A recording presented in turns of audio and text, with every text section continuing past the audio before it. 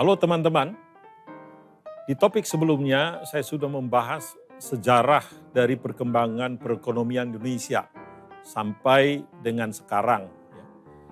Kemudian saya akan berpindah kepada topik yang lebih khusus, yaitu bagaimana pandemi COVID-19 ini, bagaimana perkembangannya dan respons yang dilakukan oleh pemerintah.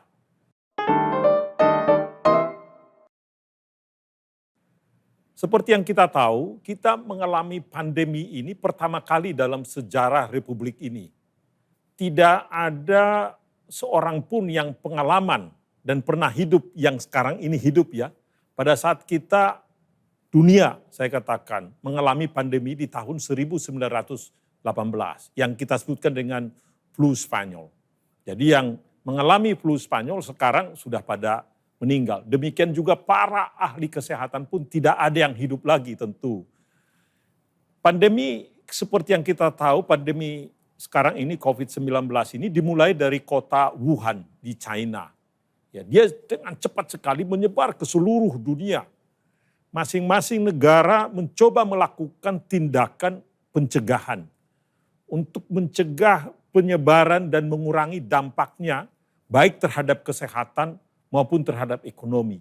Boleh dikatakan tidak ada yang sama tindakannya.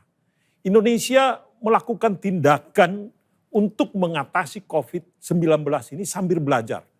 Karena memang COVID-19 ini sangat dinamis ya, dan datang dengan varian-varian barunya dari waktu ke waktu. Kita sudah tahu ada 4 varian sampai sekarang ini ya yang mengemuka, yaitu mulai dari varian Wuhan, kemudian varian Alpha, kemudian varian Beta, kemudian ada varian Delta yang sangat ganas, sekarang masuk kepada varian Omicron. Tindakan yang kita lakukan untuk mengatasi varian A, kemudian kita datang lagi dengan varian B, tidak sama. Secara khusus, Indonesia memegang prinsip keseimbangan antara gas dan rem dalam mengatasi krisis yang ada. Tentu kita mengutamakan adalah bagaimana kita supaya sehat. Kita mencegah kematian dan juga tingkat hospitalisasi. Itu sebabnya kalau kita lihat di awal daripada krisis ini, kita melakukan penekanan terhadap penularan itu melalui non-pharmaceutical interventions. Yaitu kita menyatakan supaya semua masyarakat itu tidak melakukan kegiatan banyak dulu. Sehingga tingkat penularannya menjadi sangat rendah. Itu yang pertama yang kita lakukan, itu yang kita sebutkan dengan rem. Remnya itu harus pakem waktu itu. Atau disebutkan dengan lockdown waktu itu. Kita minta seluruh kegiatan berhenti waktu itu. Dan itu rata-rata dilakukan seluruh dunia. Itu kita lakukan supaya tingkat penularannya rendah dan juga pada saat yang sama tingkat kapasitas rumah sakit kita bisa mampu menangani kalaupun terjadi penularan. Kemudian pada saat yang sama, manakala kita sudah melihat tingkat ekonominya menjadi susah waktu itu, kita juga longgarkan dari sisi fiskal dan moneter. Kita harus intervensi di fiskal dan moneternya. Karena kalau kita tidak mengintervensi dan membantu saudara-saudara kita yang rentan ini, maka yang terjadi adalah saudara-saudara kita, keluarga-keluarga yang rentan ini akan mengalami kesusahan. Itu yang kita sebutkan dengan gas. Kita berikan mereka energi supaya mereka mampu melakukan konsumsi melalui bantuan pemerintah. Itu yang kita sebutkan dengan program ekonomi nasional. Jadi pembentukan KPCPEN itu adalah Komite Penanganan COVID dan PEN itu secara terkoordinasi antara penanganan kesehatan dan juga penanganan ekonomi.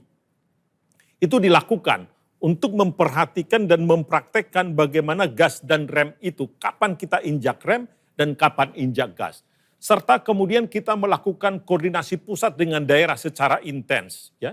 Dan itulah yang kami lihat menjadi satu kunci di dalam penanganan krisis COVID yang kita hadapi itu. Ya. Dan kemudian setiap daripada varian itu kita lihat secara berbeda, kita tangani secara berbeda-beda. Ya. Terutama kita lihat perbedaan yang sangat-sangat signifikan antara penanganan daripada varian Delta dengan varian Omicron. itu sangat berbeda sekali, ya. Dan kita melakukan adjustment, ya. Demikian juga program pemulihan ekonomi nasional melalui program PEN atau insentif fiskal atau kebijakan-kebijakan fiskal pun kita harus lakukan secara adaptif dan fleksibel.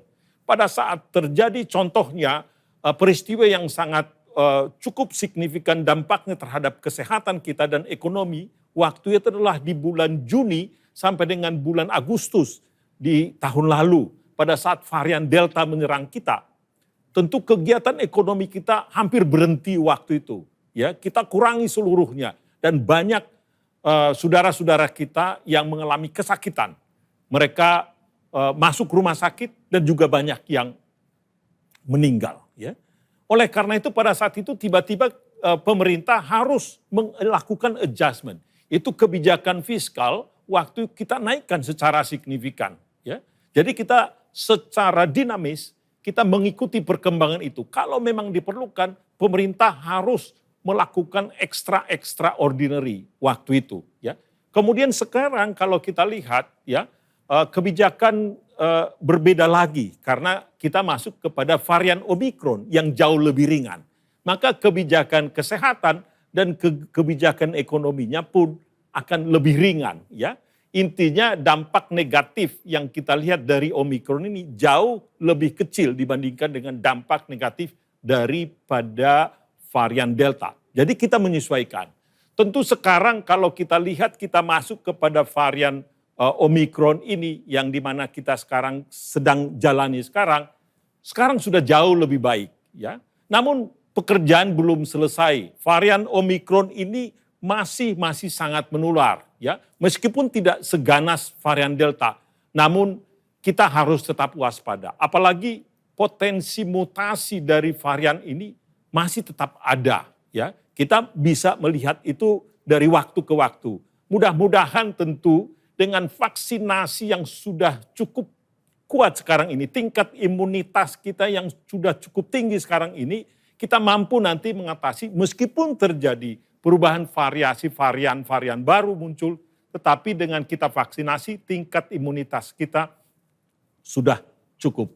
Mudah-mudahan apa yang saya sudah jelaskan tadi akan memberikan penjelasan yang cukup memadai buat kita mengenai bagaimana kita mengatasi pandemi ini. Dan juga respons kita, apa yang kita lakukan yang saya katakan tadi itu harus dinamis dan kita menganut keseimbangan antara kapan kita injak rem dan kapan kita injak gas. Demikian, mudah-mudahan topik yang ketiga ini sudah cukup baik dan teman-teman sekalian bisa memahaminya. Selanjutnya tentu kami akan masuk nanti kepada pelajaran penting lainnya untuk 2 tahun pertama COVID-19. Nanti saya akan bahas lebih detail di topik yang berikutnya. Terima kasih.